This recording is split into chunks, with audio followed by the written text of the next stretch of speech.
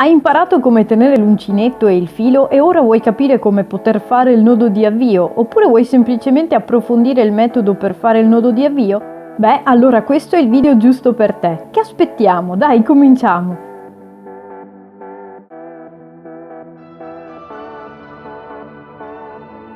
Ciao e benvenuti sul mio canale, io sono Federica delle Creature di Federica e prima di cominciare ti ricordo di iscriverti al mio canale per aiutarmi a crescere e ti ringrazio per il sostegno. In questo video vediamo come fare il nodo di avvio, ma vedremo i diversi modi di farlo, in modo che ognuno trovi poi quello più adatto a sé. Ci tenevo tra l'altro a precisare che ognuno di questi metodi potrà essere eseguito anche dai mancini, basterà semplicemente invertire le mani. Come sempre tiriamo fuori i nostri uncinetto e gomitolo e cominciamo!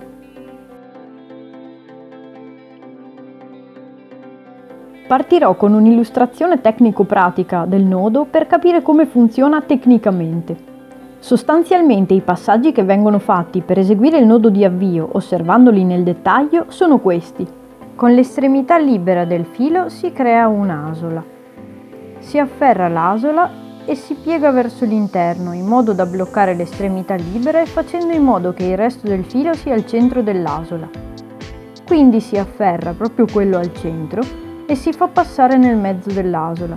Si tira l'estremità libera e il nodo è fatto.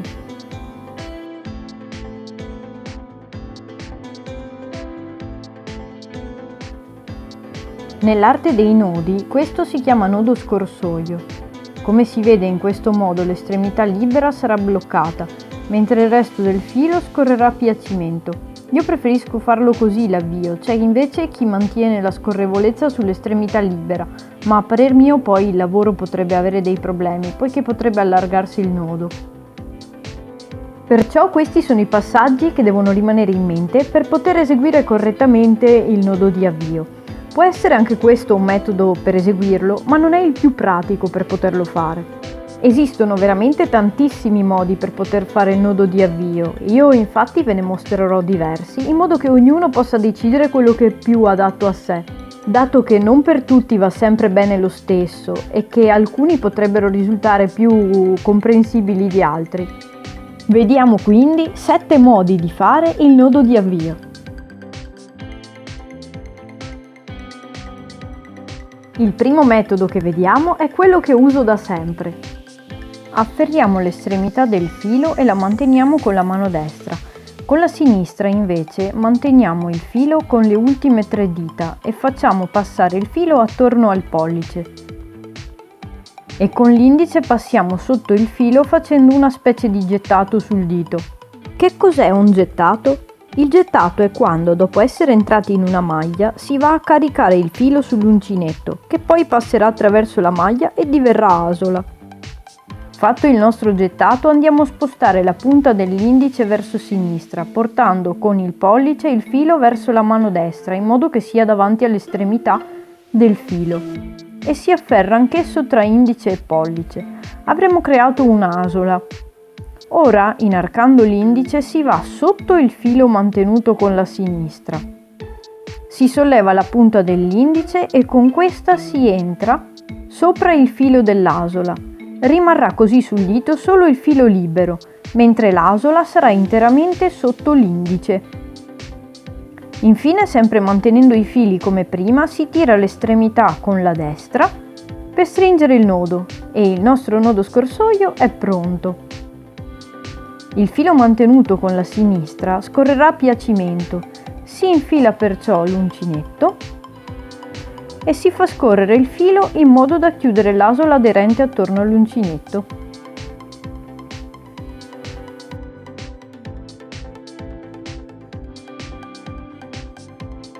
Col secondo metodo invece andiamo a mantenere la lunghezza del filo tra pollice e medio.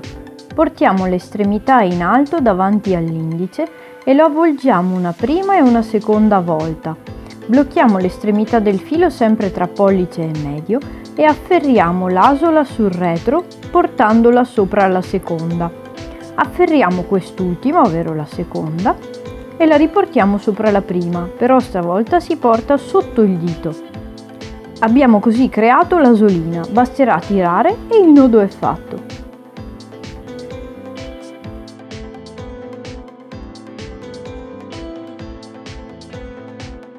Vediamo ora il terzo metodo. Prendiamo l'estremità del filo e la mettiamo sotto le dita della mano sinistra, bloccandola tra pollice e medio.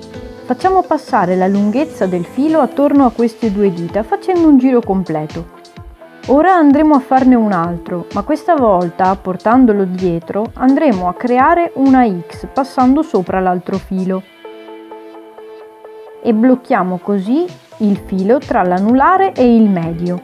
A questo punto ci serve l'uncinetto con il quale entriamo sotto il primo giro e afferriamo il secondo giro portandolo sotto.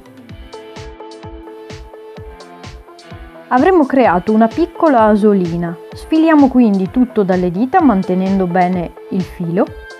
Afferriamo le due estremità di filo e tiriamo verso il basso. E il nodo è fatto.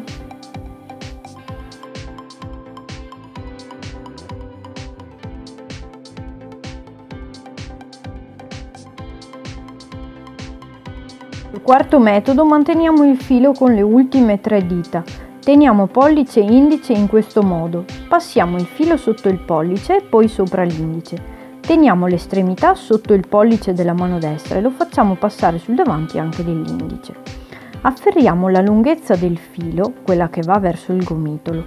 La facciamo passare sotto il filo tenuto con la destra e passandoci intorno fin sopra lo inseriamo nell'asola che si è creata a sinistra.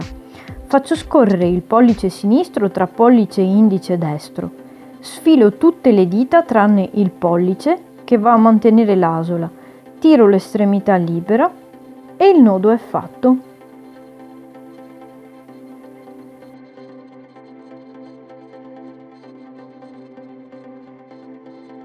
Il quinto metodo. Manteniamo la lunghezza tra medio e pollice. Solleviamo l'indice e facciamo passare il filo davanti e lo facciamo scendere giù sul retro tornando al punto di partenza. Lo facciamo passare davanti al filo, molliamo perciò l'altro e andiamo a bloccare questo. Prendiamo la lunghezza, la facciamo passare davanti e sopra l'indice scendendo sul retro e andiamo a bloccare anche questa con l'altra parte. Ora afferriamo in cima il primo giro che abbiamo fatto. Lo passiamo sopra il secondo e lo facciamo scendere sotto il dito. Tiriamo il filo e il nodo è fatto.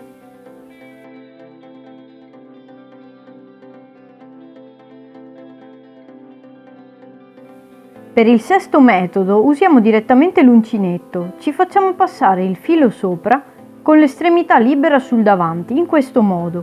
Ora sempre la stessa estremità la portiamo verso sinistra, facendola passare davanti all'altra estremità di filo e la blocchiamo con le dita dietro. Afferriamo la lunghezza del filo come abbiamo imparato nel video precedente. E con medio e pollice blocchiamo il punto di incrocio tra i due fili. Ora con l'uncinetto afferriamo il filo in questo modo, facendolo passare sopra da dietro a davanti, ovvero un gettato, e lo facciamo passare nell'asola estraendolo dall'altra parte. Tiriamo e il nodo è fatto.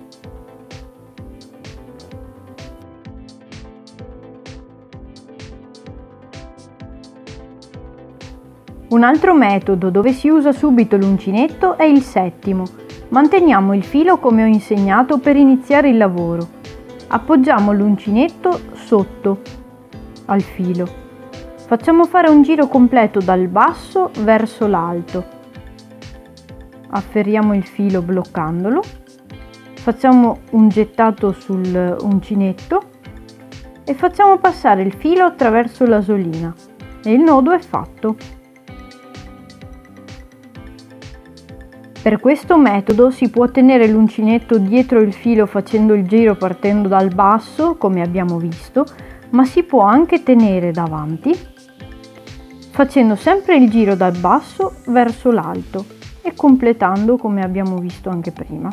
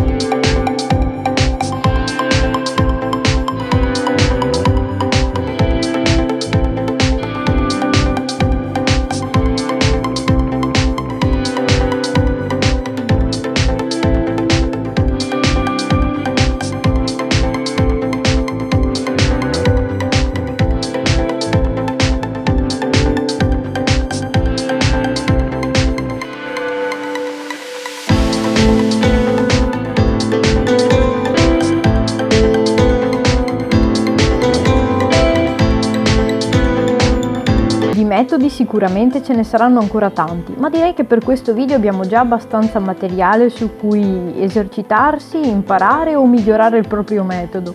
Fammi sapere nei commenti se usi uno di questi metodi, con quale ti trovi meglio e quali hai trovato più utile. Mi raccomando, se il video ti è piaciuto fammelo sapere e lascia un bel like. Ti ricordo di iscriverti se ancora non lo sei per aiutarmi a crescere.